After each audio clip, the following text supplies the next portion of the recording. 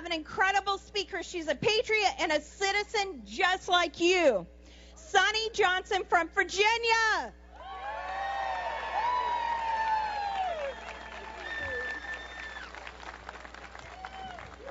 Hello, you know how important this is. I'm out in the rain, so forgive me for what I might look like. But thank you. All right. So it's been about 2 years since we've been dealing with this. So I always like to take a minute to reflect, and we need to think back on what we've learned, some lessons we've taught, and still how far we have to go. So what have we learned? We learned why Obama thought it was so important that 26-year-olds stay on their parents' insurance. Because in his economy, there are no jobs for them to buy their own. But it also leaves them the time and energy to go and find something to occupy. We learned that Obama cares. Not about us, but about his union friends that contributed to his campaign and helped him get elected. Can I say waiver, anyone? We learned that when Nancy Pelosi said that we had to pass the bill to find out what was in it, she was talking to civilians and HHS as they make up the rules as they go, or maybe to the CBO as they find $1 billion worth of spending here or $1 billion there. But hey, what's $1 trillion between friends? It's not like we have to write a budget or anything like that, so.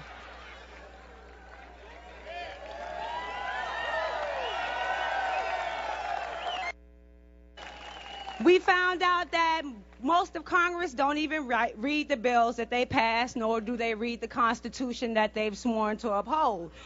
You know, the pesky little freedom of religion and those pesky little Americans who hold on to their faith rather than free stuff. What's wrong with them?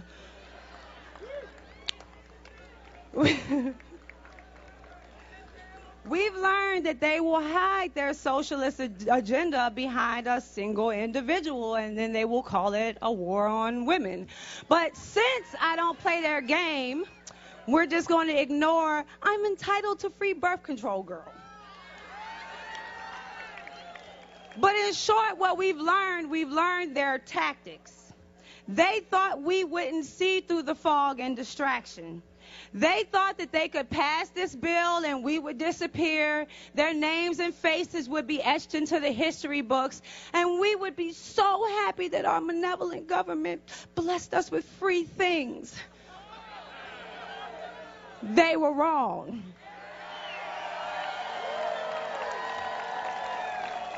We decided that we would teach them a few of our lessons. So we taught an overbearing, overzealous, big government that we, the people, still exist. And since they don't want to read the Constitution, we figured we'd kind of help them out. And we peacefully assembled, and we demanded that the government redress our grievances. But we didn't stop there. We reminded them there was this thing called the 10th Amendment, as 26 states stood up and took their grievances to the Supreme Court, and we'll get a ruling on that very soon.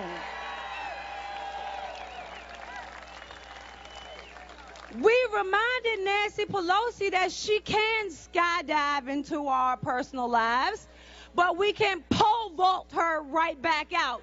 No more Speaker of the House. We showed Vice President Joe Biden that this is a big effing deal.